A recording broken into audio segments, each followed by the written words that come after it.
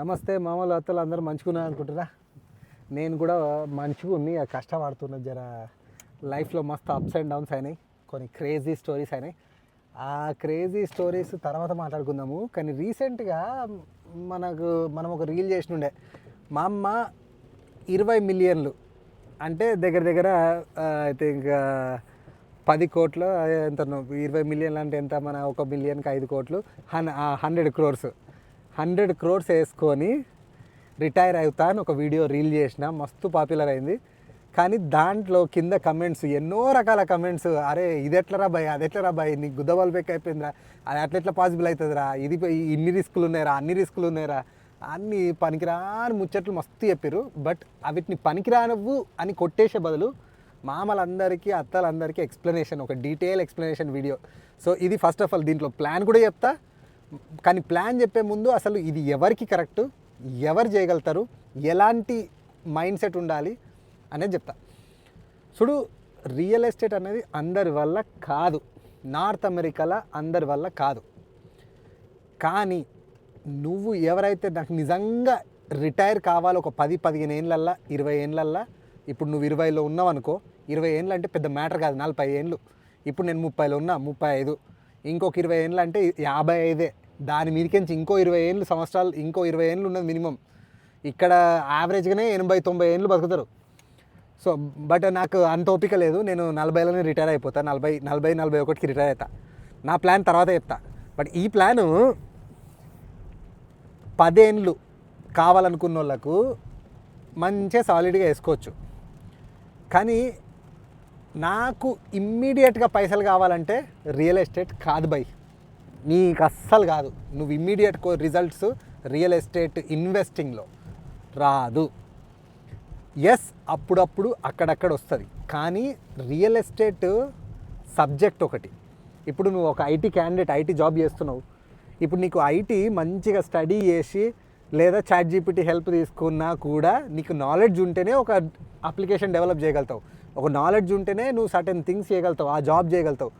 ఆ knowledge gain చేయడానికి 1 సంవత్సరం, 2 సంవత్సరాలు, 3 సంవత్సరాలు దాని గురించి అన్నీ తెలుసుకొని ఎక్స్పర్ట్ అవుతావు. ఈడ చాలామంది చేసే కమెంట్లు నాకు అమ్మ ఏం చెప్పాలో అర్థం కాలేదు. ఏ నాలెడ్జ్ వద్దు కానీ పైసలు కావాలా? యాడికెళ్ళి వస్తాయి బై? ఈ మన అయ్యా వాళ్ళు చెట్లకు కాస్తలేవు పైసలు. పోనీ మన తాతలు ముత్తాతలు ఏమైనా భూములు సంపాదించి పెట్టుంటే అక్కడి నుంచి పైసలు వస్తుండే, ఆడికి వెళ్ళి రాకపోయా. సో ఫస్ట్ దిమాక్లో ఆ కీడ, ఫ్రీగా ఉత్త పుణ్యానికి పైసలు వస్తాయి అనే థాట్ తీసేస్తే కానీ రియల్ ఎస్టేట్లో పైసలు సంపాదించలేరు. రియల్ ఎస్టేట్ కూడా ఒక సబ్జెక్టు. ఆ సబ్జెక్ట్కి ఎంతో డీప్ స్టడీ చేయాలి. ఆ స్టడీలో ఇప్పుడు సింపుల్ ఎగ్జాంపుల్ చెప్తా.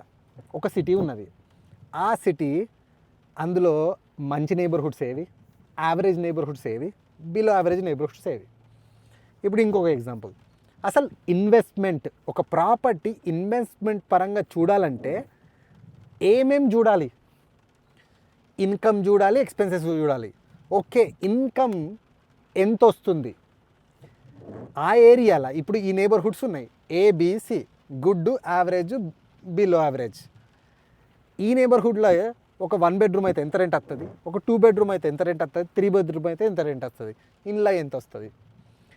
ఇంకా ఈ రెంట్లు కాకుండా ఒక రియల్ ఎస్టేట్, ఒక ప్రాపర్టీలో ఇంకేం ఇన్కమ్ వస్తుంది? అసలు first of all only residential అపార్ట్మెంట్లే ఉంటాయా? కమర్షియల్ అయితే కమర్షియల్లో ఎలాంటి టెనెంట్స్ ఉంటారు? ఏ ఏరియాలో కమర్షియల్ టెనెంట్స్ ఉండడానికి ఇష్టపడుతుర్రు? ఏ ఏరియా గ్రో అవుతుంది, ఏ ఏరియా కిందకు పోతుంది? ఇవన్నీ సబ్జెక్టు. ఈ సబ్జెక్ట్ నాలెడ్జ్ లేకుండా నువ్వు చేయాలనుకున్నావు అనుకో, ఒక డీల్ సక్సెస్ అయితే అవ్వచ్చు, 2 డీల్ సక్సెస్ అయితే అవ్వచ్చు. అది లక్ వల్ల. రియల్ ఎస్టేట్ ఏంటంటే కొందరికి లక్ ఫేవర్ చేసి 1-2 సక్సెస్ అయితే ఓ నేను తోపు, నాకు అన్నీ తెలుసు, నేను తురుము అనుకుంటారు. ఇంక్లూడింగ్ నేను కూడా తుడుము అనుకున్నా. 8 ఏళ్ళు రియల్ ఎస్టేట్లో ఉండబట్టి ఈ 8 ఏళ్ళల్లో ఎస్పెషల్గా నేను లాస్ట్ 3 ఇయర్స్లో తిన్న దెబ్బలు లిటరల్గా 2.5 కోట్లు నష్టపోయినా. అవి డిఫరెంట్ డీల్స్లలో. ఇంగ్లీష్ ఛానల్లో పోయి చూడు, ఒక 3 ప్రాపర్టీలు ఎట్లా నష్టపోయినా, ఎందుకు నష్టపోయినా అలా డీటెయిల్గా పెట్టినా. బట్ ఒక సింపుల్గా చెప్తా. నాకు ఇంత సబ్జెక్ట్ తెలిసిన అనుకున్నా, కానీ నాకు తెలిసిన సబ్జెక్టు గింతే. ఇంత పెద్ద సముద్రంలో నేను చిన్న కాలువలు ఈదుకుంటా, నేను సముద్రంలో ఈదుతున్నా, నేను షార్క్ అయిపోయినా, నేను ఏడా ఈదగలుగుతా అనే గుద్దబల్పు వచ్చిందనుకో, ఇట్లా మార్కెట్ చేంజెస్ అయినప్పుడు గుద్ద మీద దాన్ని సెట్ రైట్ చేస్తుంది. నాకు కూడా దాన్ని సెట్ రైట్ చేసింది. బట్ నేను కొన్ని ఈ సబ్జెక్ట్ ఎప్పటి నుంచో చేస్తున్నా. ఒక 70% నా investments very successful on basic fundamentals. First fundamental, నేను షార్ట్ టర్మ్ కోసం కొని నేను ఒక ఏడాదికో 2 ఏళ్ళకో అమ్మేద్దామని నేను ఒక్కసారి కూడా ఇన్వెస్ట్మెంట్ చేయలేదు. జస్ట్ అట్లా చేసిన అన్ని దెబ్బలు తగిలినాయి. బట్ నా ఇన్వెస్ట్మెంట్ ఫస్ట్ ఫిలాసఫీ, నేను లాంగ్ టర్మ్ కోసం అట్లీస్ట్ 10 ఏళ్ళు ఉంచుకుంటా ప్రాపర్టీని అనేది నా first philosophy. Long term investment. నా లాంగ్ టర్మ్ ఇన్వెస్ట్మెంట్ ఈ ఏరియాలో నేను ఉన్న సిటీలో ఆ 10 ఏళ్ళు నేను చూడగలుగుతున్నా. కిరాయిలు వస్తాయా, కంటిన్యూస్గా వస్తాయా, బేసిక్గా ఈ 10 ఏళ్ళు ఎట్లుంటుంది అని ఒక మంచి స్టడీ చేసుకున్న. స్టార్టింగ్లోనే నేను ఫస్ట్ ప్రాపర్టీ కొనడానికి 6 నెలలు టైం తీసుకున్నా. 6 నెలల్లో ఒక 100 మందిని కలిసి ఉంటా. ఒక 100 మంది ప్రాపర్టీస్ ఉన్న వాళ్ళని కలిసిన, ఒక 50 నుంచి 100 బుక్స్ చదివిన, ఒక 100-200 పాడ్కాస్ట్లు విన్నా ఒక ఫస్ట్ ప్రాపర్టీ కొనే ముందు. కానీ వన్స్ సబ్జెక్ట్ అయిపోయినాక నేను కంటిన్యూస్గా కొంటూనే ఉన్నా. So long term vision. సెకండ్ది, ఏ రియల్ ఎస్టేట్ అయినా కానీ ఇన్వెస్ట్మెంట్, అది కమర్షియల్ కానీ రెసిడెన్షియల్ కానీ, క్యాష్ ఫ్లో అనేది ఒకటి ఉంటుంది. అంటే ఇక్కడ ఈ కంట్రీలల్లో నువ్వు డౌన్ పేమెంట్ 20%, 10%, 15%, 30% పెడతావు. 70%, 80% లోన్ తీసుకుంటున్నావు. అది యాక్చువల్గా కర్స్ కాదు. చాలామంది కమెంట్లలో ఏం పెట్టారంటే, ఏ అమ్మ మీ ప్రాపర్టీలలో అన్నిట్లలో లోన్లు పాడైతే మీకు ఆస్తులు దిక్కులేవు. ఎస్, లోన్లే ఉంటాయి, కానీ ఆ లోనే పవర్ఫుల్. ఎందుకంటే మనలాంటి అట్లీస్ట్ నాలాంటోడు ఎవడైతే లోవర్ మిడిల్ క్లాస్ ఫ్యామిలీ నుంచి వచ్చి చేతిలో రూపాయి క్యాష్ లేనోడు ఏదో ఒక స్కిల్ వాడుకోవాలి. లీవరేజ్, ఈ బ్యాంక్స్ మనీ, జాబ్ ఉన్నప్పుడు నువ్వు జాబ్ చేస్తున్నట్టయితే అది పవర్ఫుల్ వెపన్.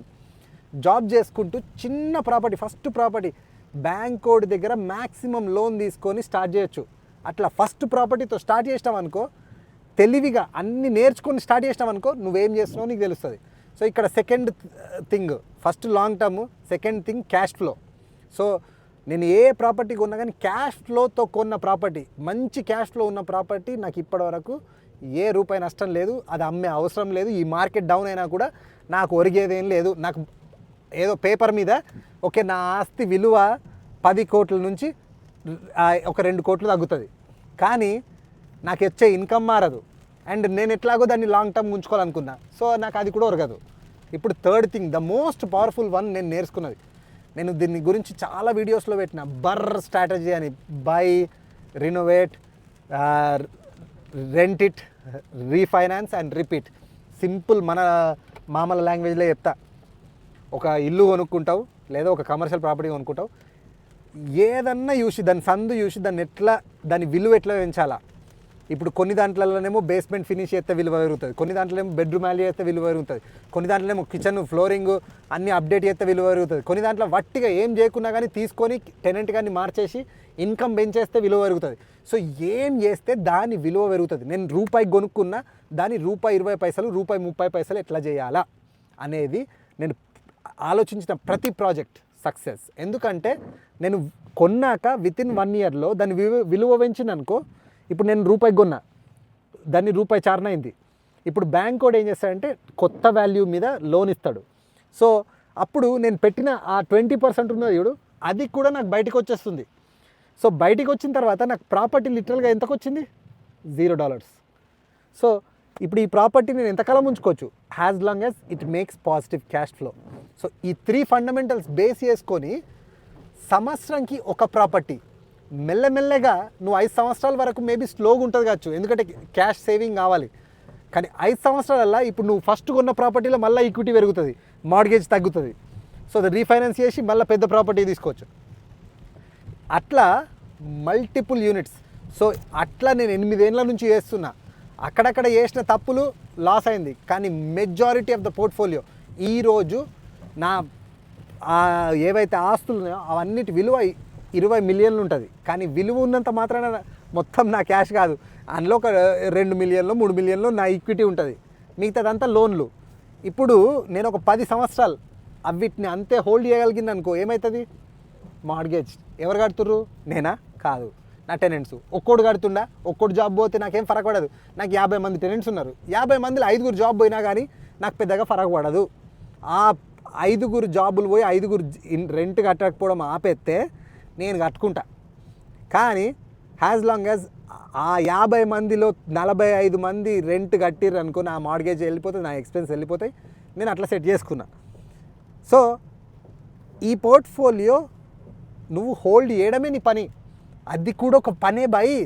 ఆ పని చేసినావు అనుకో 10 ఏండ్లు నువ్వు ఏ జాబ్ అన్నా చేసుకో, ఏఐ బిజినెస్ అన్నా చేసుకో, ఏదైనా చేసుకో, అది చేసుకుంటూ ఈ పోర్ట్ఫోలియోని మెయింటైన్ చేసుకున్నావు అనుకో ప్రాపర్గా ఒక మంచి, ఇక్కడ ఏంటంటే లీవరేజ్ అనేది ఒక one of the most important skill. Mortgage వేరే వాళ్ళ పైసలు లీవరేజ్ చేసుకుంటున్నావు, బ్యాంక్ వాడు పైసలు లీవరేజ్ చేసుకుంటున్నావు. ఇప్పుడు మేనేజ్మెంట్ సైడ్ నాకు మేనేజ్మెంట్ రాదు, నాకు అంత టైం లేదు, ఎందుకంటే నేను ఎక్కువ మనీ సేల్స్లో చేస్తా. ఈ మేనేజ్మెంటు 50 మందిని మేనేజ్ చేయాలంటే అది ఒక వర్క్.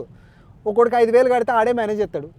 అది నా ఎక్స్పెన్సెస్లో పెట్టుకుంటా. నా ఎక్స్పెన్సెస్ ఈ ప్రాపర్టీకి ఇంత మేనేజ్మెంట్ ఫీజు, ఆ ఎక్స్పెన్స్ మీట్ అయిందా, ఇప్పుడు మేనేజ్మెంట్ వేరే టేక్ చేస్తుండు, అది కూడా ఒక లీవరేజ్.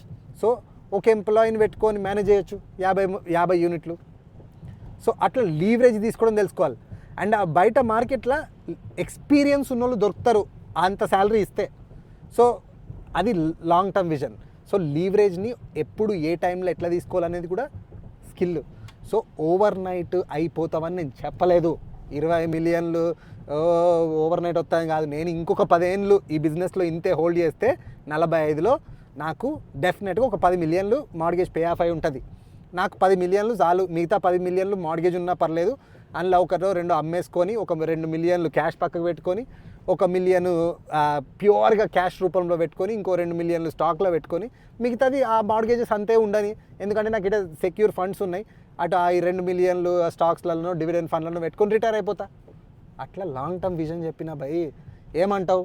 నార్త్ అమెరికాలో ఉంటే నాకు ఈ స్ట్రాటజీ మీద కమెంట్లు పెట్టుర్రి, తిట్టుర్రి, కొట్టుర్రి, ఏమైనా ఏరి. మంచిగా ఉంటే మాత్రం లైక్ కొట్టుర్రి, మీ దోస్తు వాళ్ళకి షేర్ చేయర్రి. ఉంటా మరి. చలో కొన్ని ముచ్చట్లు అని చెప్పినా కదా, తర్వాత చెప్తా. చాలా ఇంట్రెస్టింగ్, లైఫ్లో చాలా ఇంట్రెస్టింగ్ అప్డేట్స్ ఉన్నాయమ్మా.